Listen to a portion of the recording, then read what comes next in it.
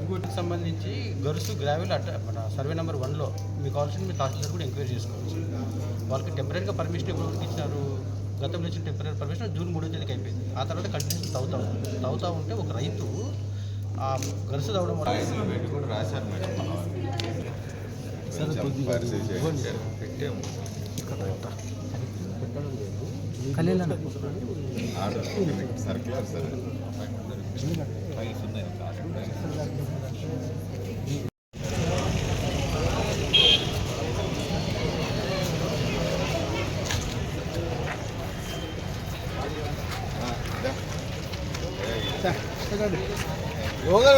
ఈరోజు కర్నూలు జిల్లాలో సుమారు ఒక 600 మంది అక్రిడేషన్ జర్నలిస్టులు ఉన్నారు.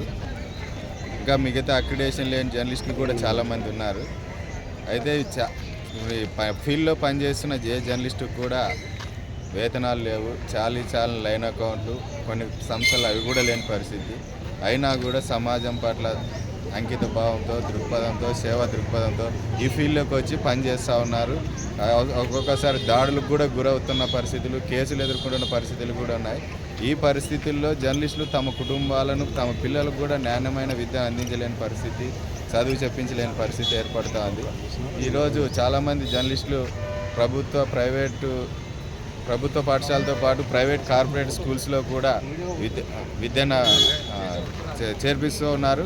అయితే ప్రైవేట్ కార్పొరేట్ స్కూల్స్లో గతంలో మా జర్నలిస్ట్ యూనియన్ ఏపీయూడబ్ల్యూజే వినతి మేరకు గతంలో ఉన్న కలెక్టర్ కోటేశ్వరరావు గారు జర్నలిస్ట్ పిల్లలకు ప్రైవేట్ కార్పొరేట్ స్కూల్లో 60% రాయితీ ఇవ్వాలని చెప్పి అప్పుడు సర్క్యులర్ కూడా ఇష్యూ చేయడం జరిగింది. అప్పటి నుంచి ఇప్పటి వరకు అమలు అవుతూ వస్తుంది. అయితే గత ఏడాది నుంచి కొన్ని ప్రైవేట్ కార్పొరేట్ స్కూల్స్ ఫీజు రాయితీ ఇవ్వడానికి నిరాకరిస్తున్నారు. సర్క్యులర్ ఉంటేనే ఇస్తామని చెప్పి కూడా తెగేసి చెప్తున్నారు. దీంతో చాలామంది పిల్లలకు ఫీజు రాయితీ అందట్లేదు, ఫుల్ ఫీజులు కట్టలేని, చదువు చెప్పించుకోలేని పరిస్థితి ఏర్పడుతూ ఉంది.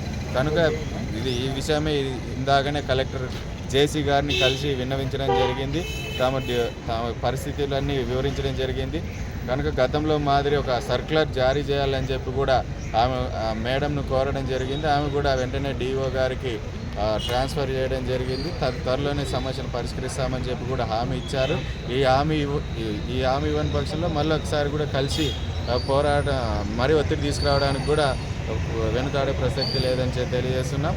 మరోపక్క ఈ వార్తలు రాసే జర్నలిస్టుల పైన ఇటీవల కాలంలో బెదిరింపులు, అధికారులు, ప్రజాప్రతినిధులు బెదిరింపుల పర్వం కొనసాగిస్తూ ఉన్నారు.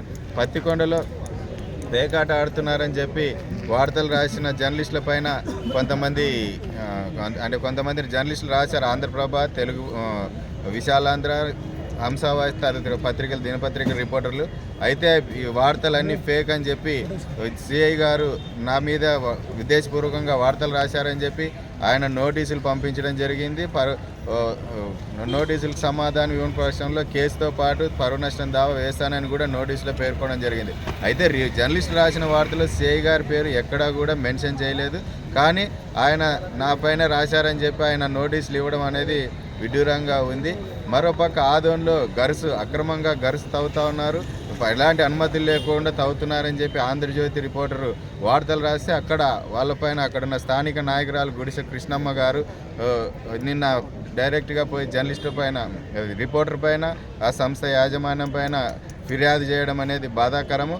అనుమతులు లేకుండా తవ్వుతున్న వారిపైన చర్యలు తీసుకోకుండా జర్నలిస్టుల పైన కేసులు పెట్టడం అనేది బాధాకరం. అధికారులు కూడా వన్ సైడ్ వెళ్లకుండా దీనిపైన పూర్తి స్థాయిలో విచారించి ప్రతి ఒక్కరికి న్యాయం నిజాలు తేల్చాలని చెప్పి, అలాగే జర్నలిస్టులకు రక్షణ కల్పించాలని చెప్పి కూడా మేము డిమాండ్ చేస్తూ ఉన్నాం.